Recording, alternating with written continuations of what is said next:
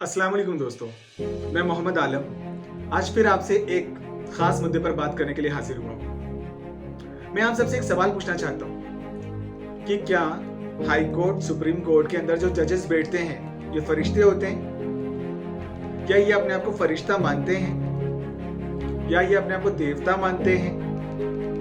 अगर नहीं और ये अपने आप को इंसान ही मानते हैं, तो फिर इंसान से तो गलती हो सकती है। तो फिर ये क्यों माना जाता है कि इनके फैसलों में गलती नहीं हो सकती?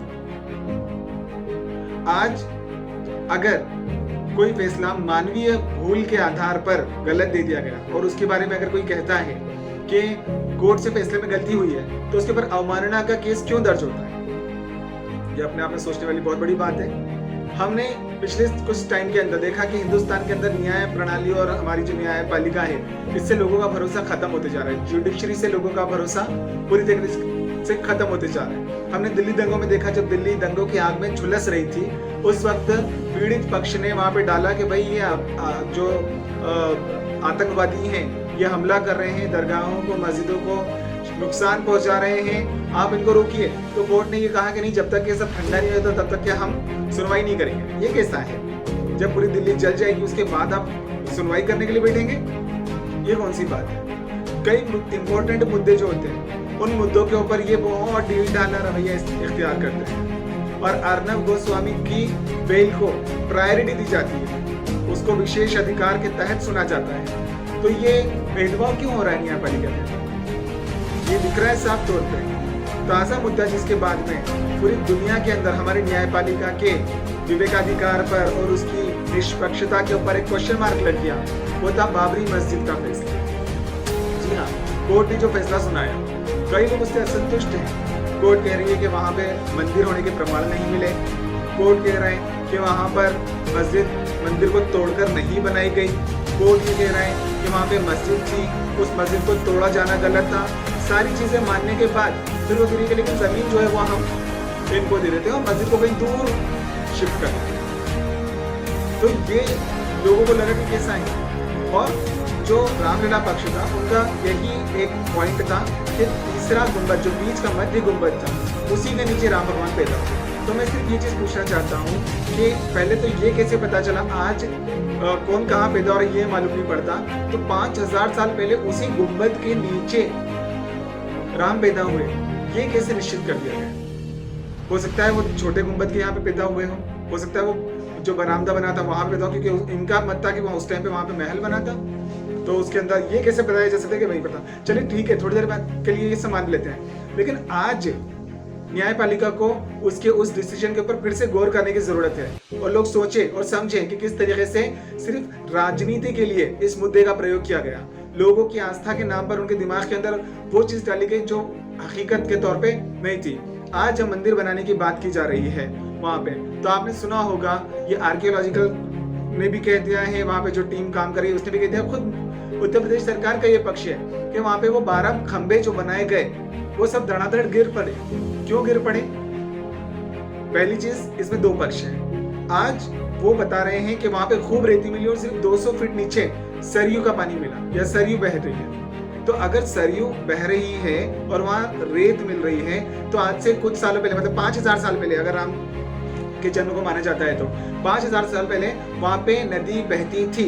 इस बात की प्रूफ जो है वो हमारे आर्कियोलॉजिकल और जो बाकी की टीम है, इंजीनियरिंग टीम है, उसने सिद्ध कर दिया, प्रूव कर दिया कि यही वजह है कि वहां पे मंदिर नहीं बन सकता। जिस जगह पे आज मंदिर बनाने में प्रॉब्लम आ रही है और बड़े बड़े IITs के लोगों को लाकर बिठाया जा रहा है, वहां आज से 5000 साल पहले जब सरयू बहती थी, महल कैसे बन सकता था? और अगर महल नहीं बन सकता था तो वहां वो जब महल ही नहीं था, तो फिर उस महल के अंदर राम पैदा कैसे हो सकते थे? मैं राम पैदा हुए नहीं हुए इस सब डिबेट में नहीं जाना चाहता, मैं उस जगह पर पैदा हुए नहीं हुए इस पर बात कर रहा हूँ। तो अगर वो सरयू बहती है वहां पर, तो फिर ये कैसे हो सकता है कि वहां पे पैदा हो? और 5000 साल पहले वहां पे नदी बहती थी, ये चीज फिक्स है। तो जिस गुंबद के नीचे से पानी बहता था, नदी बहती थी, उस जगह पर किसी का जन्म नहीं हो सकता। ये तो किसी किताब में, किसी पौराणिक ग्रंथ में भी नहीं लिखा हुआ है। फिर हम मानते हैं अब आइए दूसरे पक्ष की तरफ। बहुत टाइम के बाद जब वो नदी सूख गई, कर गई, ये बहुत बात की बात है। तो आज से 400-500 साल पहले जो है 1526 के अंदर तकरीबन वहाँ पे बाबरी मस्जिद बनाई गई। तो जब वहाँ कुछ नहीं था तब ही बाबरी मस्जिद बनाई, क्योंकि उससे पहले तो वहाँ पे नदी थी। तो बाबरी मस्जिद जब बनाई गई तो तब बनाई गई और उसी बुनियाद के ऊपर 400 साल 500 साल तक के एक मस्जिद खड़ी रही जहाँ पे आज 12 खंबे भी नहीं दिख रहे। तो मेरा कहने का मकसद सिर्फ इतना है कि आपसे मानवीय भूल हुई है, आप उसका पुनर्विचार कीजिए। आपने पुनर्विचार याचिका को एक ही बार में खारिज कर दिया। अब ये जरूरत महसूस होती है एक बार देख लिया जाए, कहीं ऐसा नहीं सिर्फ ये पक्ष सिर्फ राजनीतिक पक्ष हो, इसमें धार्मिक कुछ भी नहीं रहा हो। ये अपने आप में बहुत बड़ी बात है कि आज वहाँ नदी मिली है, मतलब पहले की जो संरचना थी वो नदी बहती थी। और इसीलिए हम सब लोगों को निष्पक्ष रूप से उन बातों को जनता के सामने रखना चाहिए, लोगों के सामने लेकर आना चाहिए, जिससे लोगों का भ्रम खत्म हो। ये बात मैं क्यों कह रहा हूँ? ये बात मैं इसलिए कह रहा हूँ ताकि लोगों के दिमाग में जो बैठा हुआ है कि मंदिर तोड़कर मस्जिद बनाई गई, ऐसा नहीं हुआ, ऐसा नहीं हुआ। और ये जो लोगों के दिमाग में डाला गया है कि देखो तुम मुसलमानों से नफरत करो और मुसलमानों ने तुम्हारी मंदिर तोड़ दिया, ये सिर्फ राजनीतिक फायदे के लिए, एक गुट को अपने फेवर में लेने के लिए इस्तेमाल की गई एक नीति है, एक चाल है। इस चाल को भले कोई चाणक्य नीति कहे या कुछ भी कहे, लेकिन ये चाल है हिंदू मुसलमानों को लड़ाने के लिए, भिड़ाने के लिए। हम 400 साल का इतिहास देख रहे हैं, कोई लड़ाई कोई झगड़ा नहीं हुआ। आज हम देख रहे हैं तो हर बात पे लड़ाई हो रही है, झगड़ा हो रहा है, क्योंकि पता है कि बहुसंख्यकों को अपने साथ रखो और उसके लिए जरूरी है कि इनको धर्म के नाम पर खूब लड़ाते रहो। तो मुझे लगता है कि ये एक पॉइंट था जो हम आपसे डिस्कस करें। आप भी सोचिए कि इसके ऊपर कि हमारी जुडिशरी क्यों बार बार अवमानना के ऊपर इतनी चिंतित होती है, और जब प्रधानमंत्री की बुराई लोग खुल के कर रहे हैं, रोड पे करते हैं, जब राष्ट्रपति की जाती है, जब सारी संस्थाओं की बुराई की जा सकती है, तो फिर न्यायपालिका अगर गलत डिसीजन देती है तो वो अपवाद क्यों है? यह हमारी जिम्मेदारी नहीं है, ये न्यायपालिका की जिम्मेदारी है कि वो खुद अपनी गरिमा का ख्याल रखे, वो लोगों के सामने ऐसे उदाहरण प्रस्तुत करे जिससे लगे कि न्याय हुआ है, और ये तभी न्यायपालिका की गरिमा विश्वस्त बनी रही।